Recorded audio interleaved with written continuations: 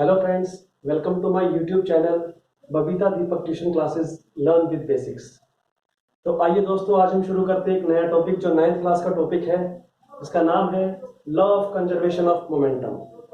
देखिए, ये क्वेश्चन है जो मीन्स ये जो टॉपिक है law of conservation of momentum. इसमें सबसे पहले तो हमें ये पता होना चाहिए कि मोमेंटम एक्चुअल में होता क्या है। हालांकि मैंने यहाँ पे लिखा हुआ है P is equals to m into v, but ये एक्चुअल में है क्या? P is equals to m into v means it is the product of mass into velocity, that is called momentum।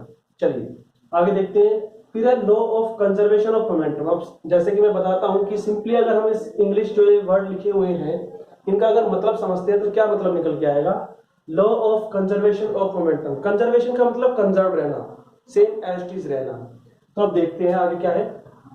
चलिए सबसे पहले हम इसकी डेफिनेशन कैसे क्या लिखते हैं वो देख लेते हैं कि law of conservation of momentum states that कि momentum is always conserved. Momentum is always conserved, चाहे फिर वो किन्हीं दो ऑब्जेक्ट के बीच, चाहे वो जैसे हम यहाँ पे अभी आपका जो टॉपिक को लेंगे कि किन्हीं भी दो ऑब्जेक्ट है, कोई भी दो object such as A and B, वो बिफोर कोलिजन कैसे हैं और आफ्टर कोलिजन कैसे हैं। और law of conservation of momentum ये कहता है कि बिफोर कोलिजन और आफ्टर कोलिजन जो भी इनका मोमेंटम रहेगा वो सेम रहेगा। चलिए इस बात को हम प्रूव करते हैं। आइए शुरू करते हैं। जैसे कि हमें पता है as we know that P is equals to m into v, जैसे कि मैंने यहाँ पे लिखा हुआ है, सिंपली मोमेंटम की डेफिनेशन लिखी हुई है P is equals to m into we.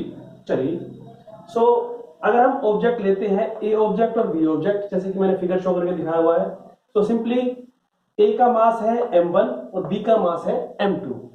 अब ये देखिए यहाँ पे u1 और u2 क्या है। देखिए u1 एक तरह से वेलोसिटी है, बट हमने इसको u क्यों लिखा है? देखिए हमें नहीं पता इसकी वेलोसिटी क्या है, तो इनिशियल वेलोसिटी लिखने के लिए हम u का इस्तेमाल करते हैं। तो इसलिए मैं इसकी वेलोसिटी इनिशियल है तो सिंपली हमने इसको लिख लिया u1 और u2। चलिए तो a की हो गई है m1 इंटू m1 u1 और b का है m2 u2। और सिंपली अगर हम इसकी मोमेंटम लिख रहे हैं तो मोमेंटम का फॉर्मूला होता है m इंटू वी। तो A का फॉर्मूला हो जाएगा momentum of A is equals to m1 into u1। चलिए हम इसको इक्वेशन नंबर 1 नाम दे देते हैं। आगे चलते हैं। सिमिलरली मोमेंटम ऑफ B, इसका तो इसकी मास था m2 और वेलोसिटी थी u2, तो इसका सिंपली हो जाएगा momentum of B is equals to m2 into u2। इसको हम इक्वेशन नंबर 2 नाम दें जी। चलिए अब देखिए, जैसे कि मैंने यहाँ बताया था कि हम टॉपिक पे जिक्र करेंगे कि भाई कोलिजन हो रहा है इन दोनों ऑब्जेक्ट का आपस में। सो बिफोर कोलिजन, अभी ये दोनों अलग अलग है, दूर है, इनमें कोई कोलिजन नहीं हुआ है। तो देखिए अब हम कैसे करते हैं। जब कोलिजन नहीं हुआ है तो हम इसको इनिशियल मोमेंटम मानेंगे या बोल देंगे इसको बिफोर कोलिजन। मैं यहाँ पे लिख देता हूं बिफोर कोलिजन, आप यहाँ पे समझ जाइएगा। बीसी का मतलब है बिफोर कोलिजन, कोलिजन मतलब अभी दोनों दूर दूर है। तो बिफोर कोलिजन इसका इनिशियल हम लिखेंगे तो ऐसा कुछ लिखेंगे, इन दोनों का सम m1 u1 plus m2 u2, मतलब इन दोनों की वजह से जो मोमेंटम बना हुआ है उसको हम लिखेंगे m1 u1 plus m2 u2। चलिए इसको हम इक्वेशन नंबर 3 नाम दे देते हैं। चलिए अब आगे देखते हैं। उसके बाद आता है फिगर नंबर 10। देखिए ये दोनों अलग थे, उसके बाद आपने देखा ये दोनों का आपस में कोलिजन हुआ है। यहाँ पे देखिए कोलिजन हुआ है।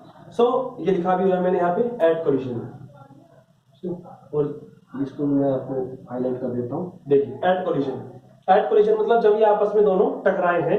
तो आप देखिए कि जैसे कि न्यूटन्स का थर्ड लॉ है, third law state that every action there is equal and opposite reaction. Equal and opposite reaction means जितना फोर्स यहां लगा है, किसी भी ऑब्जेक्ट लगा सकते हैं, ए भी नहीं है, कुछ भी हो सकता है, सेम फोर्स यहां लगेगा बट अपोजिट डायरेक्शन में, जिसके लिए हमने यहाँ पे नेगेटिव साइन लगा दिया है। Okay, hope so you understand.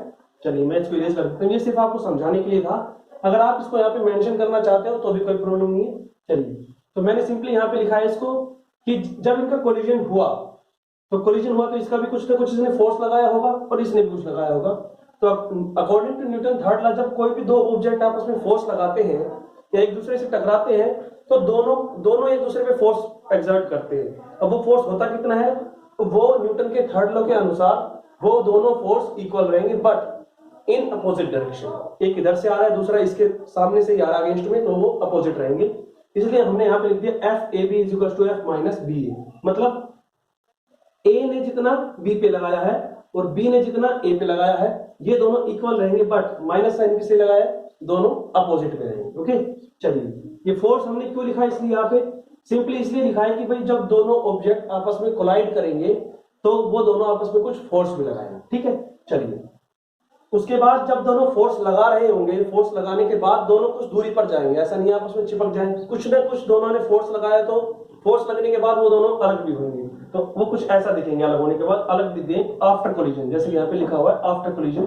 तो देखिए जैसे कि हमने देखा था कि ऑब्जेक्ट ए है, बी है, मास एक ऐसी क्वांटिटी है कि आप उसके साथ कोई भी छेड़खानी नहीं कर सकते हैं, करेंगे भी तो उस पर कोई खास फर्क पड़ेगा नहीं, या खास कर कुछ भी फर्क नहीं पड़ेगा। आप देख सकते हैं यहाँ पे m1 था, यहाँ पे m1 सेम, यहाँ पे भी m1 ही है, मतलब मास दोनों में सेम रहता है। ये हम पहले पढ़ चुके हैं, हालांकि छोटी सी चीज है, लेकिन फिर भी इसके पीछे कुछ ना कुछ तो रीजन होगा, जो हमें प्रूव करके बताया गया है कि mass can neither be created nor be destroyed. Mass एक प्रकार से एक कांस्टेंट एनर्जी है, जो सिंपली एक मतलब जो हमने पहले सपोज दैट मार्कर है, इसका मास हम यहाँ पे देखें या कहीं बाहर देखें, कहीं भी देखें, मास इसका सेम रहेगा। सिमिलरली यहाँ पे भी देखो मास m1 और m2 दोनों सेम है, बट वेलोसिटी एक ऐसी वेक्टर क्वांटिटी है जिसमें आप देखेंगे कि भाई जरूरी नहीं है कि आप एक बाइक चला रहे हैं तो जरूरी नहीं है कि आप जिस स्पीड से आप चला रहे हैं 1 घंटे बाद भी सेम स्पीड से चलाएंगे, या जहां भी जा रहे हैं वहीं सेम स्पीड से दूसरी जगह जाएंगे, ये जरूरी नहीं है। तो मींस वेलोसिटी कैन चेंज, लेकिन मैं दोबारा मास के बारे में बता देता हूं कि आप उस बाइक पे बैठे हैं तो आपका मास अब भी सेम है, कुछ देर बाद भी सेम होगा और 1 घंटे बाद भी सेम होगा, बट वेलोसिटी वाले केस में ऐसा नहीं। चलिए, तो आफ्टर कोलिजन हमने देखा कि मास दोनों का m1 m2 है, बट वेलोसिटी चेंज हो गई है। हमने यहाँ पे इनिशियल वेलोसिटी को माना था u1 और u2, यहाँ पे हम मान लेंगे v1 और v2। जो फाइनल वेलोसिटी होती है उसको हम v से डिनोट करते हैं, तो सिंपली हमने मान लिया v1 और v2।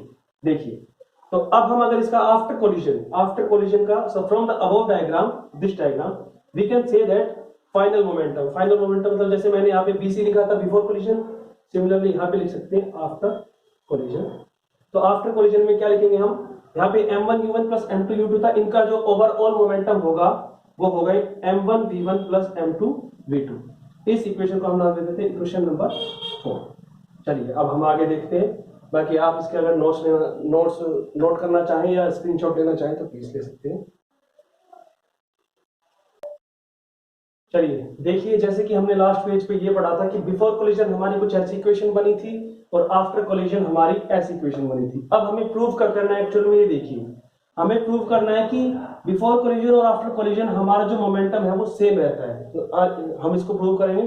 तो सबसे पहले हमें देखना होगा, जैसे कि मैंने बताया था कि आप यहाँ पे मेंशन भी कर सकते हैं, according to Newton's third law F A B is equal to minus of F B, मतलब जितना फोर्स ए ने बी पर लगाया है उतना ही फोर्स बी ए पर लगाएगा, बट इन अपोजिट डायरेक्शन, जिसके लिए हमने यहाँ पे माइनस यूज किया हुआ है। चलिए, तो इसके लिए हम फोर्स के लिए देखते हैं rate of change of momentum, और जहां पे भी रेट की बात आ जाती है तो हम यहाँ पर टाइम लेते हैं, टाइम दोनों में सेम होगा तो हम इसको यहाँ पे टी मान लेते हैं। चलिए, तो हम क्या लिखेंगे, rate of change of momentum का मतलब होता है simply m v by t. Okay, ये मतलब यहाँ पे रेट आएगा, कुछ किसी भी चीज का अगर हम अपॉन में टी लगा देते हैं तो इसका रेट आ जाता है। तो चलिए, अगर सिस्टम फर्स्ट का हम रेट लगाते हैं तो वो क्या होगा कि final velocity minus initial velocity, मतलब ए ऑब्जेक्ट में कितना चेंज हुआ है, सॉरी मतलब जो वेलोसिटी में कितना चेंज हुआ है इनिशियल और फाइनल में, वो हम ये ले लेते हैं, और 2 मतलब जो दूसरे ऑब्जेक्ट की वेलोसिटी में कितना चेंज हुआ है उसको हम यहाँ पे कर लेते हैं। चलिए, m1 v1 minus m1 u1 upon t is equal to, देखिए माइनस यूज किया गया है ये यहाँ के लिए कि भाई दोनों रेट सेम होंगे, सॉरी मोमेंटम सेम होगा, सो m2 v2 minus m2 u2। चलिए, तो जैसे कि हमने देखा कि यहाँ पे t सेम है तो हम इसको यहाँ पे कैंसिल आउट कर सकते हैं। सो नेक्स्ट इक्वेशन हमारी कुछ ऐसी बनेगी, m1 v1 minus m1 u1 is equal to, minus h t से बाहर और अंदर की ये value m2 v2 minus m2 u2।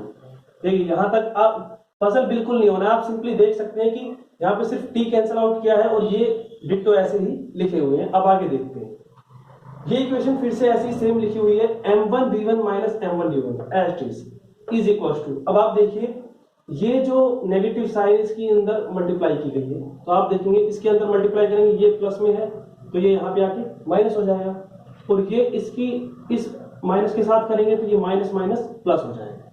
Puzzle बिल्कुल नहीं हो रहा है, एक बार फिर से देख लीजिए कि इसकी हमने अंदर मल्टीप्लाई की तो माइनस का आ गया और इसकी माइनस माइनस प्लस का आ गया, तो ये इक्वेशन बनेगी। अब हम इसको रीअरेंज करते हैं तो v वाली मींस इनिशियल वेलोसिटी और फाइनल वेलोसिटी दोनों को अलग अलग कर लेते हैं, तो हमें ऐसा कुछ मिलेगा m1v1 एज इट इज, और ये माइनस का है इधर आएगा तो m2v2 प्लस का हो जाएगा, okay, is equals to m2u2, यहाँ पे सेम हमने लिया है मतलब पॉजिटिव का है, और ये नेगेटिव का है इधर आएगा तो पॉजिटिव का हो जाएगा। ये हमारी आ गई इक्वेशन। तो देखिए ये हमारी कुछ ही दोनों इक्वेशन के बराबर है, आप बिल्कुल ठीक से देख सकते हैं कि आफ्टर कोलिजन और बिफोर कोलिजन दोनों सेम आए हैं, सो इट मींस ये हमने प्रूव कर दिया। तो यहाँ पे हम लिख सकते हैं प्रूव, मींस हमने ये प्रूव कर दिया है कि जो मोमेंटम हमारा आफ्टर कोलिजन था और जो मोमेंटम हमारा बिफोर कोलिजन था दोनों सेम थे।